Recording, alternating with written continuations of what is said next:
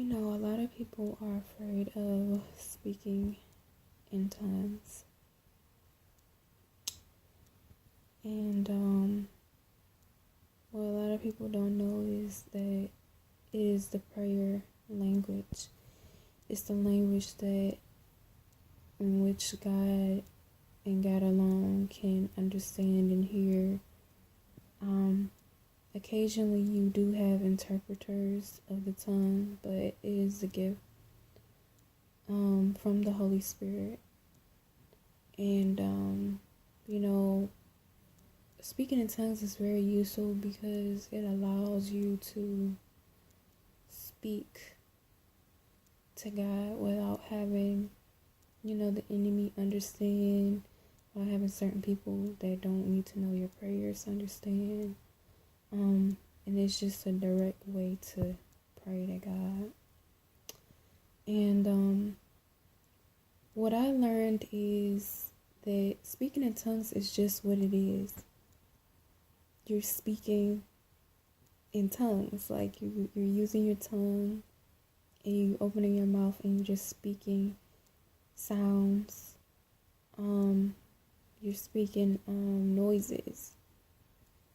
And sometimes you may be even speaking different languages and you don't even know about it. If you're led by the Holy Spirit, you can speak African, you can speak Arabic and things like that. You can speak, Hebrew and things like that and not even know it because you're allowing the Holy Spirit to make sounds with your tongue and your mouth, forming words. A lot of people can't grasp, like, well, how do you speak in tongues? And it's just that simple. Through all things, with God, you have to step out and take the first step and just see what God does through you. A lot of people feel like it feels funny to speak in tongues.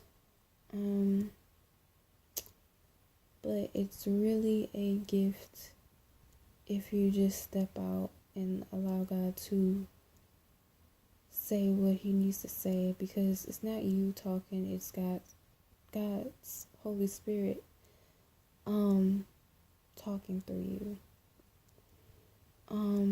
Another thing I want to say is what I've noticed is that I've been asleep, and a lot of people,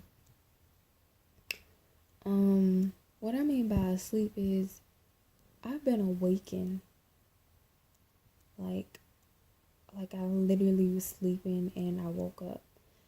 And the reason why I say that is because I recently had a baby, and what I noticed is the doctors, I went to the emergency room. I had to go back to the doctor, and it was very traumatic.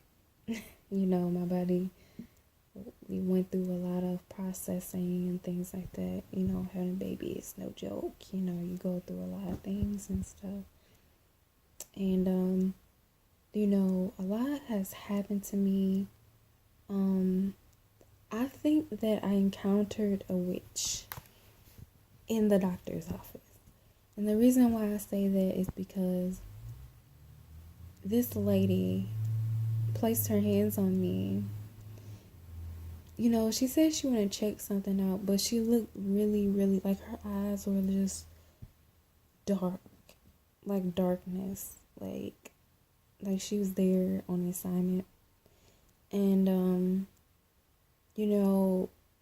I'm thinking in my head, I'm like, is this a witch? Like, I don't know. She looked like a witch.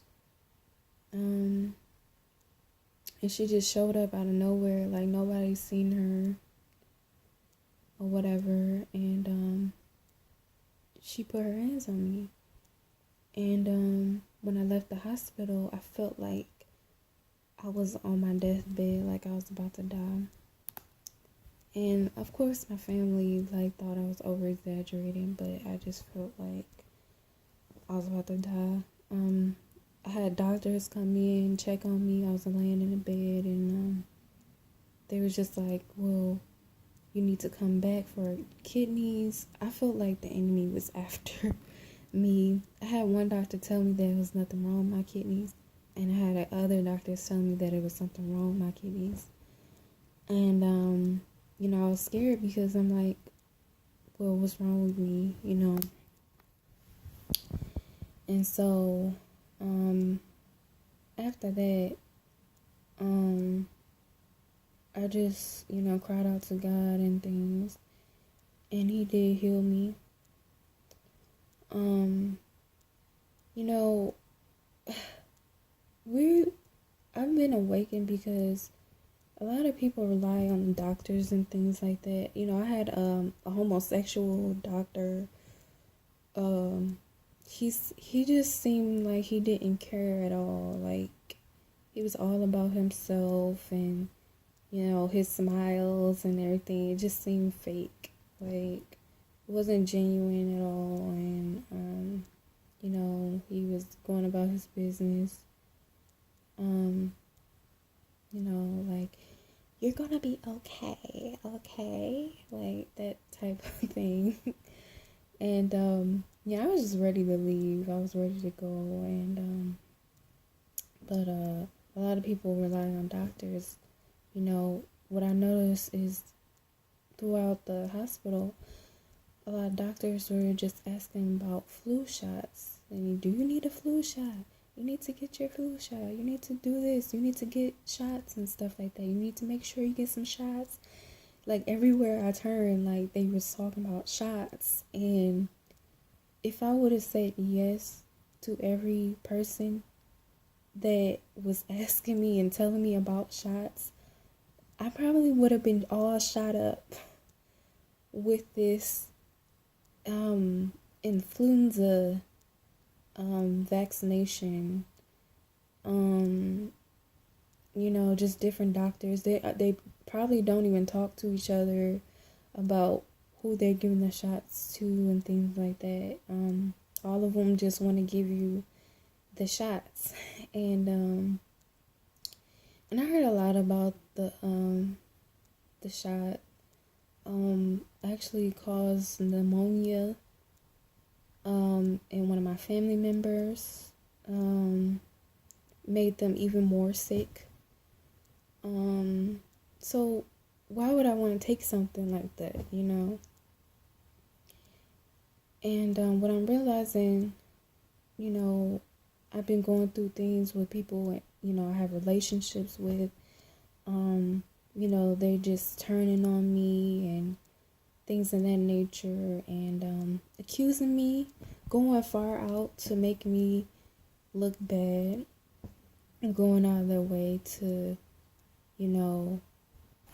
just exploit me and things like that. And what I'm coming to the realization is that, there's two government systems, and people either gonna rely on God or you're gonna rely on the doctors. And what happens when things really get real and things like that, as far as microchipping and things like that, and not being able to go to the hospital because you have to have a microchip.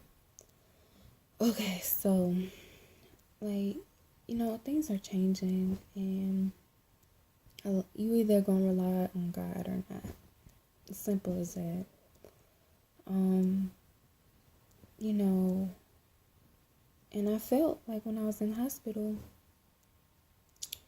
that's what they were trying to do, was just shoot me up with shots and stuff, and I didn't need shots that I didn't even need.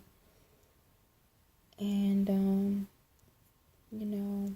a lot of children and things like that do have mental illnesses,